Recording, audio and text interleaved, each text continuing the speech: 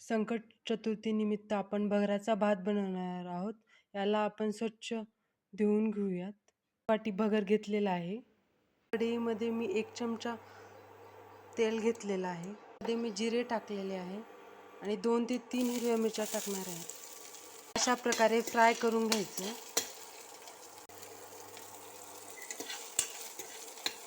मिरच्या तळले गेलेल्या आहेत. आता यामध्ये आपण भगर टाकून घेऊयात. यामध्ये गरजेनुसार पाणी टाकून घेऊयात. पाणी कमी लागतं. चवीनुसार मीठ टाकून घेऊयात. पद्धतीने वाटले होते ते आपण थोडेसे टाकून घेऊयात.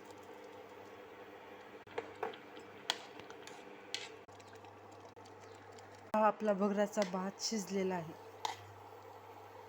ही आहे काकडी आणि हा आहे भगराचा भात. पहा.